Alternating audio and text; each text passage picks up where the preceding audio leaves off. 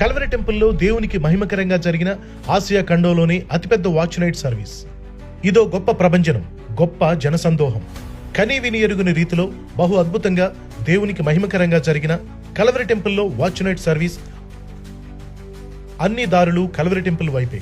అటు మెట్రో రైళ్లు, ఇటు ఎంఎంటీఎస్, అలాగే ఆర్టీసీ బస్సులు, కార్లు, బైకులు, ఆటోలు దైవజనులు డాక్టర్ పి సతీష్ కుమార్ గారు స్థాపించిన కల్వరి టెంపుల్ వైపే. 2025వ సంవత్సరానికి వీడ్కోలు పలుకుటకు, 2026వ సంవత్సరానికి స్వాగతం చెప్పుటకు స్నేహితులతో కుటుంబ సమేతంగా తరలివచ్చిన జనసందోహం. 15 ఎకరాల కల్వరి టెంపుల్ ప్రాంగణంలో కనీసం కూర్చోవడానికి కూడా స్థలం లేనంతగా 2,90,000 మంది ఒక వాచ్ నైట్ సర్వీసులో పాలుపంచుకోవడం, ఇది ఒక ప్రభంజనం. దేవునికే మహిమ కలుగునుగాక.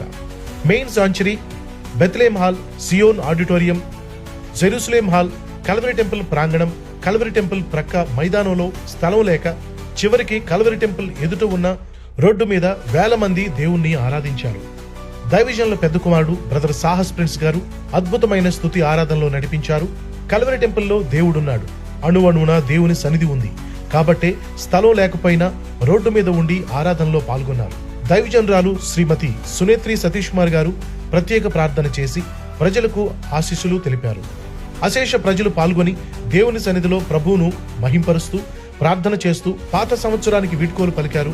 దైవజనులు డాక్టర్ పి సతీష్ కుమార్ గారు అందించిన శ్రేష్టమైన సందేశం ద్వారా తమ హృదయాలను, జీవితాలను శుద్ధి చేసుకుని, తమ జీవితాలను దేవునికి పునరంకితం చేసుకుని, నూతన సంవత్సర వాగ్దానాలతో, నూతన సంవత్సరపు ఆశీర్వాదాలతో నూతన సంవత్సరంలోనికి ప్రవేశించారు. పోలీసు సిబ్బంది వారు బందోబస్తు ఏర్పాటు చేసి ప్రజలకు చక్కని సేవలు అందించారు. ప్రజలు తిరిగి వెలుటకు సుమారు 100 ప్రత్యేకమైన బస్సులు, ప్రత్యేక ఎంఎంటీఎస్ రైళ్లు మరియు ప్రత్యేక మెట్రో రైల్ సర్వీసులు ఏర్పాటు చేయడం జరిగింది. దేవునికే మహిమ కలుగునుగాక. దైవజనులు కుటుంబమంతా కలిసి నూతన సంవత్సర కేక్ కటింగ్ లో పాల్గొన్నారు. ప్రజలందరూ ఆనందించారు, బహు సంతోషంగా తిరిగి వెళ్లారు.